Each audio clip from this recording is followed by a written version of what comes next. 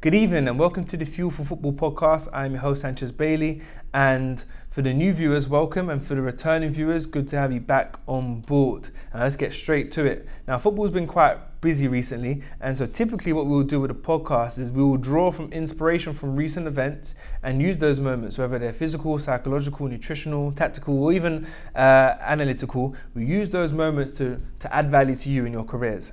Now, football has been busy. And, you know, I'm talking like the domestic competitions coming in, you've got the European competitions, and then you've got the league competitions, which means players are being rotated, which means there's a bit of inconsistency in terms of you following the trail of an athlete. And so there hasn't really been much for me personally to draw inspiration from to then deliver in this podcast. However, one of my strengths is that I'm creative, so I had to come up with something. And the reason why I'm saying this is because it's going to make sense for the rest of this podcast.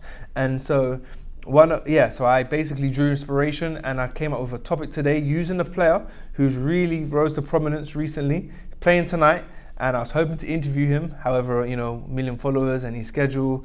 Hopefully we'll get to a point where we can speak to him and really gain insight from his life and his shoes.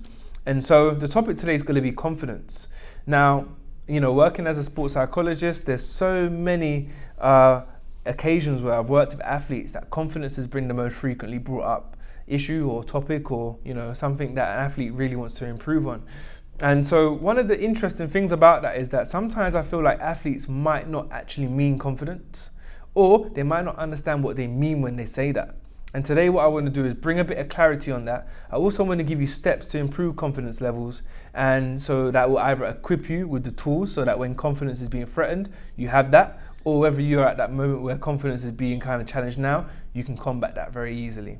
Now, the word confidence, the actual word or the term confidence means or is regarded by or, you know, determined by, furthermore, the ability that you have, or the belief, furthermore, in the ability for you to successfully perform a task. So there's a few key words here. So one of the key words is belief, right? Which is, you know, just a feeling essentially, and you knowing something about yourself, and then, or something else. And then one is the ability, and then successfully perform. So there's 3 stages of confidence in terms of the definition. And so let's start with ability. Whether you're a professional, semi-pro athlete, or an amateur, for you to perform at that skill level, you have the required ability to perform at that skill level. So if you're a pro player, you have the ability and the skill level that matches the demands of a professional. The same for a semi-professional, and the same for an athlete or an amateur, furthermore. And as a result, you have an ability. So usually the ability, let's just ignore that now because we know the ability is there. The most important thing in this, you know, podcast and in life is the belief. You knowing that you have the ability. Now, if you know that you have the ability, success is gonna follow. You know, and the issue with success is that success is not always going to happen. So when things don't continue to go your way and things are going unsuccessful for you, that's when people usually have their belief, their core belief, threatened. You know, and so we're going to address all of those today, but the main thing is focusing on the belief. If we break confidence down, there's 2 types of confidence in life as well, so this is really important for you to know. There's trait confidence and state confidence. State confidence is essentially governed by scenarios and occasions and you know situations at that moment. We'll touch on that in a moment, but the most important one is trait confidence. If you've been following us so far, I've been echoing that it's important for you to know your worth and your skill level. It's important for you to know that. And that's the only way that you can progress, because that is literally what governs everything that you do. You knowing your ability and you knowing how good you are, or your skill and what you bring to the table. Because if you're in a team, well, you're going to be in a team sport because you're looking at football. For you to know your ability, you know how you can contribute to the team, and then in this context, you know your ability to protect your confidence levels. So trait confidence is essentially your real beliefs, your inner beliefs about yourself. Now, most people have confidence, or trait confidence. And you don't have trait confidence if you've kind of been battered, you know, and been like verbally abused and criticized all your life. And then that kind of threatens your trait confidence because you then question yourself. But most people have that.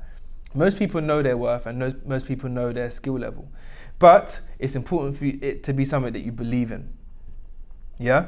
And so once again, that's the first thing that you need to do. So if you haven't done that, maybe just pause it for a moment. Just write down the things that you're strong at. For me personally, I don't play football no more, but I know two of my biggest strengths is that I'm a problem solver. So if I'm addressed with situations that are very tough, I can work to a solution. And I also know that I'm creative, and so I'm always full of ideas. And so those key traits allows me to keep going. And so when I'm threatened by things that might be, affecting maybe, let's just say, confidence for lack of a better term right now, or I feel a little bit down or a little bit demotivated, I know that I can bounce back because I have that level of creativity and I can problem solve. I can work it out. If you know your skill level, and you know your ability, and you know the big traits about yourself, and it's something that you know and it's really inside of you and you really believe that, then confidence really will be within you at all times. All times. The thing that's threatening now is a success, and that's governed by the scenarios and the occasions that you play. So state confidence is really what people say. If I speak to a professional athlete, they are not telling me, unless they've had a trauma, maybe a long-term injury that really threatens your belief in you to perform again. And I'll use Kevin De Bruyne as an example. Last season, he really had some injuries, career-threatening injuries as well, and reoccurring injuries that really threatened his confidence levels. And it was understandable as to why he would be questioning himself or even not believing he has the ability to get to the height that he was at. And that's an example of where trait confidence will be challenged. And it's great to see him back and he's, in form again. And that's one of the conundrums in sport, when someone has their trait confidence challenged and is have a drop completely. But state confidence is usually the most frequently brought up topic. And that's usually governed by the situation. So if someone is losing 10 games in a row, let's use Watford as an example. They're bottom of the table. Things are not going their way for them. They've had a change of manager. So many things are just not going well. Their talisman is out injured. And so their or maybe a few players' confidence levels could be challenged, and it's state confidence. They probably still know that they have ability. They got themselves to the FA Cup final. They know their skill levels and etc. But their state confidence is threatened right now.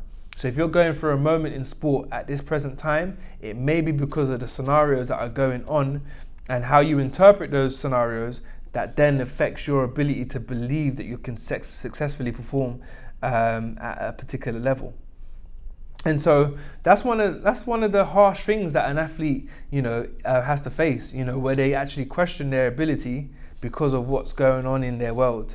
And what we want to do today is get to the point where you can realize that about yourself and know how to interpret scenarios. So let's just use a player in particular, and I really want to get or praise him for his comeback and his rise to prominence. Is Serge Gnabry. Yes, so Serge Gnabry I'm an Arsenal fan, so I know quite a lot about him. He was a talent in Germany. He was making a lot of noise as a young teen. He was playing for Stuttgart in their academy, and then Arsenal, how Arsenal are, especially with the youth, and at that time they were really having a German focus. They saw him and they brought him into the team and took him into the academy. 15 years old, I believe. So they took him into the under-16s, where he immediately made a great impression. He was scoring and he was getting loads of assists. And so it wasn't too long before he was playing for the reserves at the time, which would be the modern day under-23s. So 15, 16, straight into the reserves, where he's still making an impact. I believe he played a season there. And it wasn't too long before then that the Arsenal first team picked him up as a 17-year-old, and now he's playing amongst players like Van Persie. He's got maybe Nasri at the time, not too sure. Big players, big players in the world, essentially, worldwide recognised and widely respected. And a team that's challenging for, at the time, top 4. But Serge Gnabry, must have been, at a great height. Confidence levels must be skyrocketed, coming from Germany, a smaller team, playing in the biggest league in the world at the time. So things went well for him, I believe he got a few injuries that kind of got him down a little bit. But to be fair, he got himself back into the first team and, he got, a bit of game time. However, Arsenal got to a point where there was a bit of pressure on the manager, and as a result, when Wenger at the time was, he needed to produce. So he had to buy a lot more experience and just get results for him to stay in that Champions League spot. And Wenger actually was successful in that. And now we can look back and appreciate it. And as a result, Gnabry's time kind of fell down. He kind of fell down the pecking order. And as a result, he started going on loan. So he went on loan back to Germany to get some game time. But then also there was a loan, which is very interesting, which is what will be the main focus. And that was at West Brom. So he was at Arsenal still, and Arsenal were going through a little bit of difficulty. So he went to West Brom, and I think that was a great move for him to get Premier League experience, to stay in England and kind of adjust to the physicality and, you know, just kind of keep his attention, or keep Arsenal keeping their attention on him. So anyway, he's playing there, and, you know, he comes into the team immediately. So he's playing, and I can't remember how I felt about him at the moment, but I thought he wasn't doing too bad. But then Tony Pulis, the coach at the time, came out and said he's not good enough to play at this level. He actually said that. You know, he said that he's not going to be playing and he's not Premier League ability. And so think about how that would make someone feel. Like, I feel like maybe if he said that to Gnabry in person, maybe that might have had a better effect on him, and he was like, do you know what, I want to prove you wrong, etc. But he's on loan right now, so he's already in a fragile position. He then gets publicly ridiculed, where his manager says that he's not good enough publicly, which must be a real hit at you, especially when you're going to a lesser team as well, and the lesser team is telling you you're not good enough. So you're already going there thinking that you're good enough to get in the team, and then the team that you should be getting into are telling you that you're not even good enough to get into them. So that must have taken a real massive blow to Gnabry, and I've looked at some of his interviews where he actually confirms this. So, you know, Arsenal recall him, and then he goes back to Germany. I believe he goes to Frankfurt, and he's on loan there. I think we sell him to Frankfurt, actually. And he goes there, and he plays there for a little while. And then, you know, I think he kind of finds himself again. You know, so this is an opportunity to find himself and kind of regather his confidence levels. He is a player with ability, right? And the things that kind of attracted him to Arsenal, or Arsenal to him, were the same things that he was showing at Frankfurt, which means the ability wasn't different and it didn't change. The same things, like him dribbling past people, him using his pace, his aggression, his ability to shoot, score, create chances for others, those are the things he was still showing at Frankfurt, which means the ability was there. Reminder to yourself, the ability is there in most cases. Now, it was just a matter of him believing that. You know, so he was on almost a confidence rehab period where he was able to get himself back to his best, or closer to his best. Bayern Munich picked him up. Even though Bayern Munich picked him up, they did shift him back on loan. So I think he was on loan to Hoffenheim at the time. So, you know, there is a bit of a plus for him getting selected by a big team. But then Hoffenheim, the Hoffenheim loan, maybe showing him, okay, maybe he's still not good enough. So maybe those trauma or those traumatic moments where, you know, him getting loaned is coming back to him. So he uses that as a positive. He actually really gets some good numbers up at Hoffenheim, I think for 2 seasons, and then goes to Bayern again. And long story short, he wins Player of the Season last season at Bayern, which is crazy to think. He was at West Brom, where they were saying he wasn't good enough.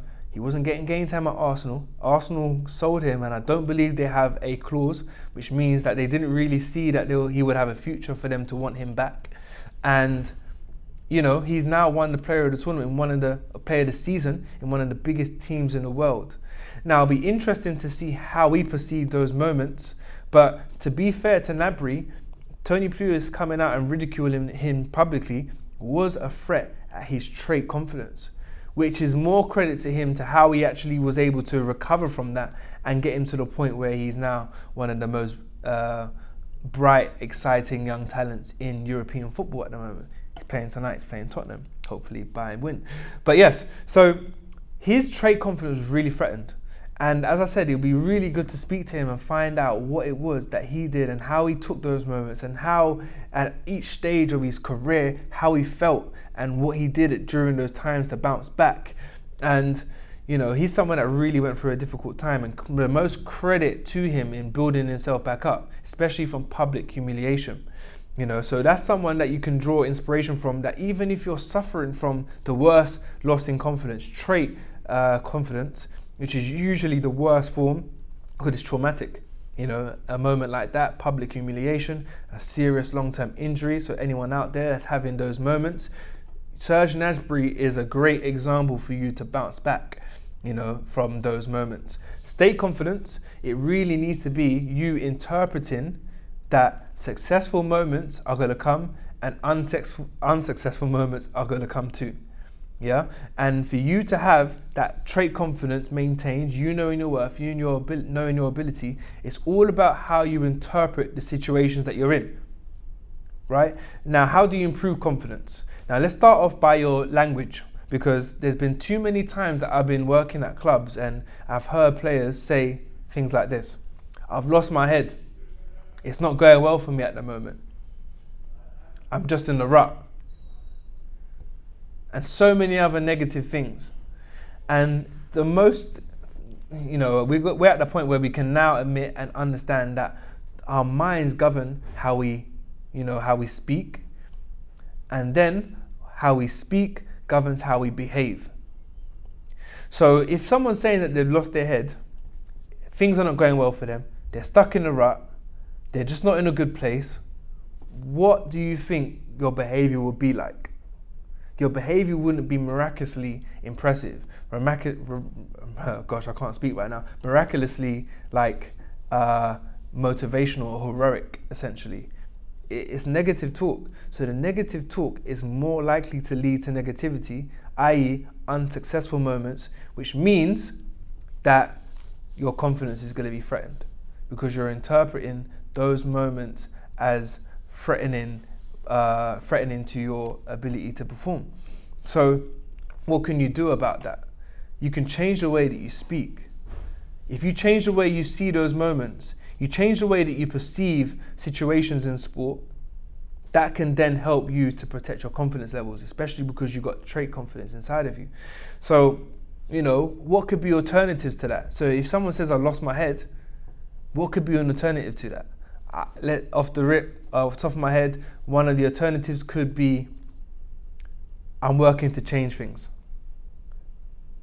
You know, so if someone thinks, you know, things are not going well at the moment, you're stuck in a rut, you just use that as a binary opposite actually. I'm stuck in a rut, I'm working to change things. The law of averages will work out for me.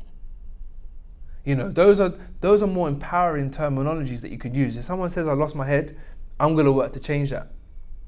You know, and if you know your ability, you know that you can work to change that. You know, and so that's step one. So speaking to yourself, the language that you use, the linguistics that you use is seriously powerful and can affect your behavior. You know, have you ever heard someone that was so positive in football and ended up being, you know, in the worst place that they could imagine? Usually when you speak to someone like Sterling, if you even look at his posts now, it's so positive because he's in a great place.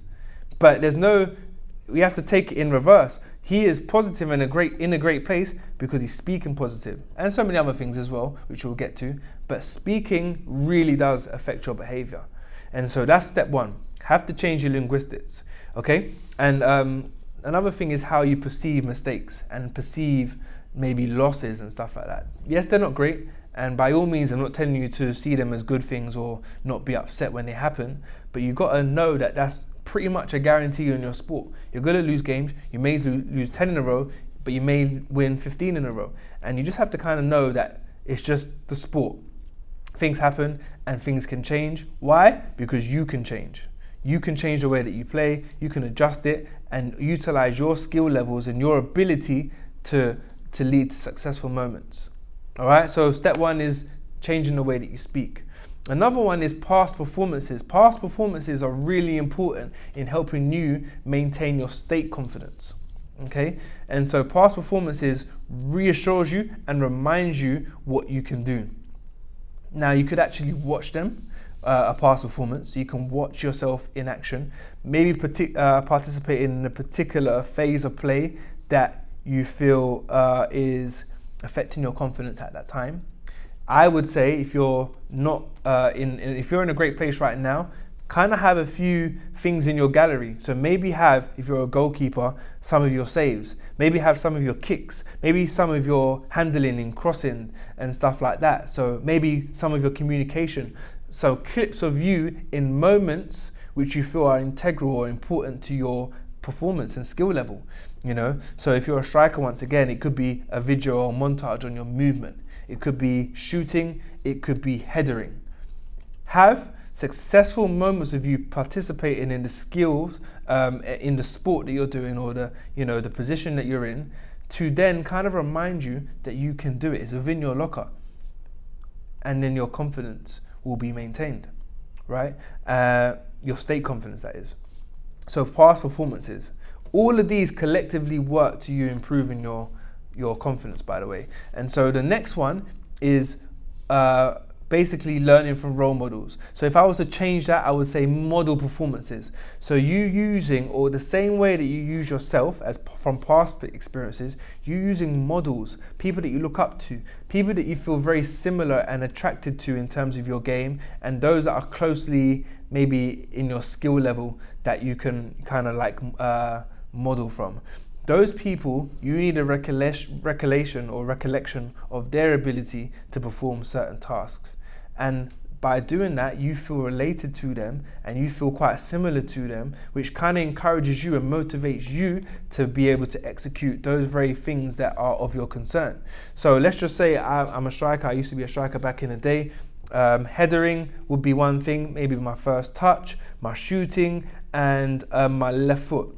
I would then have examples of one of the players that I look up to, Zlatan Ibrahimovic, quite tall like me, he's got a great touch, got a great foot, great left foot, and he's just a beast in the air. Those are things that I would kind of use and kind of build and model myself from. Now, let's just say I was, a professional footballer. Zlatan could be a great player that I could look up to. It could even be a Berbatov. Some of those players that are quite great in stature, and then I will look at some of the games where I've actually performed, and believe me, in my time, those key attributes were really at a great height, because I was, had a great touch, great shot. I was really good I wasn't good in the air, that's a lie, to be fair. But then I had a good left foot as well. So those things there would increase my confidence levels. And even if I was going in difficult circumstances, I could either look at some past performances, kind of use some of the models that I would look at and reference their game into mine. And then I'll also then change the way that I speak.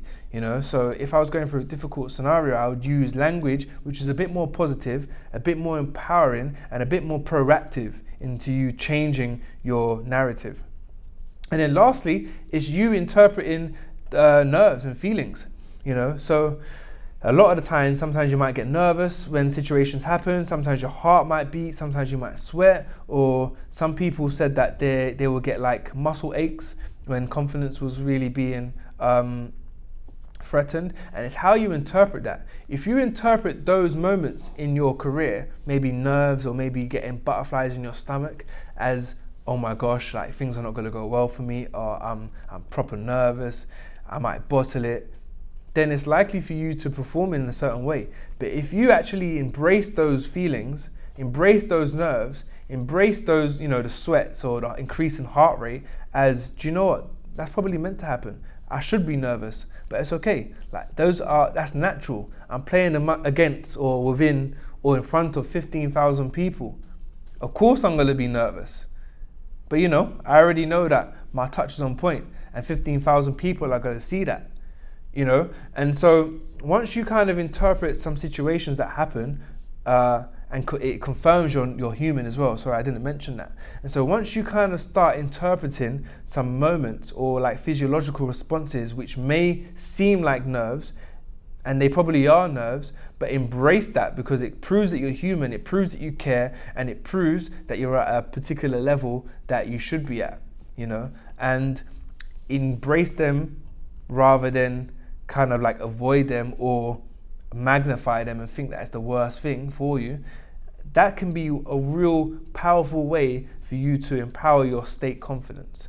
Because if you interpret scenarios that will typically to a normal human being look threatening, if you can approach that and use that to empower yourself and to focus on your key skills or the things that are most impressive about you as a footballer, then there's not going to be many things that really threaten your confidence levels.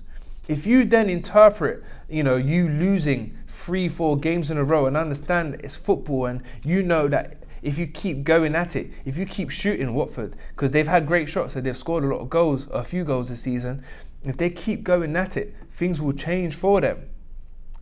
That will then protect their confidence levels, because they know they're an attacking team. They know that, it might just be this moment that you might need someone like Troy Deeney in your team, and accept that, they're in a moment right now that is quite difficult. However, if they then play to their strengths, if they then use Andre Gray, who's a great sub-maxer essentially, and if they play a certain way and keep threatening and keep putting balls into the box and get a little bit more sturdier in defence, they've got good defenders, then things will change for them.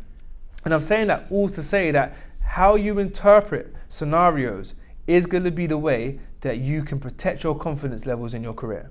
Facts. Okay? And so use these 4 methods, kind of write them down and kind of expand on them. Expand on your past performances. What have you done to show, those key attributes that are within your trait confidence levels? How have you shown them in your level of competition? And try and get footage of that. If you can't, script it. Write it down. Write down some key moments. Write down what you did to a defender, how you made a defender feel, how you made the opposition feel, how you really maximize that skill that you're focusing on in your performance levels. Once again, the same for past or model performances. Who is quite similar to you? Who do you look up to? Who's in your position that performs those tasks successfully? Get some clips on them. Get something on them and really start studying it and kind of embracing, and you kind of letting yourself know that it's really something that you can do, and then you practice it. Obviously, nothing's going to come without application. So you're doing that on the pitch, in training, etc. And just knowing that it's within your locker anyway. And then you also want to be changing the way that you speak. If you're going through a difficult circumstance, you just know that circumstances are going to be difficult in your sport, and it's more about what you're doing to change that. So if you know that you say a few things about things are not going well, or I've lost my head, change that language, replace that, find an adequate replacement, a realistic replacement, something that actually would come out of your mouth. Don't just change it into a magical statement. Change it to something that's real, something that you can just say very quickly. So when you're in a game, instead of you saying I've lost my head, you've just got that quick response, that alternative response, that empowering response that will encourage you to then start executing your skills. So if you're a winger, just keep putting balls in that box. Someone's going to get that. Keep putting balls in that box. If that's one of your skills or your most prized asset. If your prized asset is winning the ball in the air, just keep getting in there. Jump early. Keep doing those things. I'm gonna get the next one. If I'm not, the law of averages suggests that I'll get one of these, and you keep repeating and being persistent, and things will change for you. So that's one of the things that I kind of want to leave with you today. I had Joel on here as well, that the founder of Fuel Football, that gave me an example of when he was playing in the FA North, and he lived quite far away from the fixtures, 90 minutes away, and for about 4 hours away on away days. And so he had a moment where his confidence was at least threatened, because he was frozen out by the coach by being late to a game once. And one of the good things about him is that his trait confidence was intact, which prevented him from losing confidence. And as a result, he was playing in the FA North, but he was frozen out of the team, but then got picked up to Luton Town. And so I'm using him as a brief example right now of someone that had real difficult moments, but his trait confidence was intact, which allowed him to be, empowered in a sense, and he moved on to great heights. So it's important that the start is you knowing or establishing your trait confidence. Know your most important asset, know your skill level, and only success can come from there. And then now you've got a little bit of you got some tools in your locker as a first aid kind of application when you feel like your state confidence is being challenged. I hope that adds value to you. Hopefully we can get to speak to Serge Gnabry and really get insight into how he felt, and hopefully we get to speak to you guys very soon. I hope you enjoyed that and look forward to the next time. And guys, just remember, confidence is something that is, most of you have. Probably most people, if anything, everybody watching this has confidence. But it's how you interpret situations and moments in sport which actually affects how you feel and then perform. All right? Take care and see you again.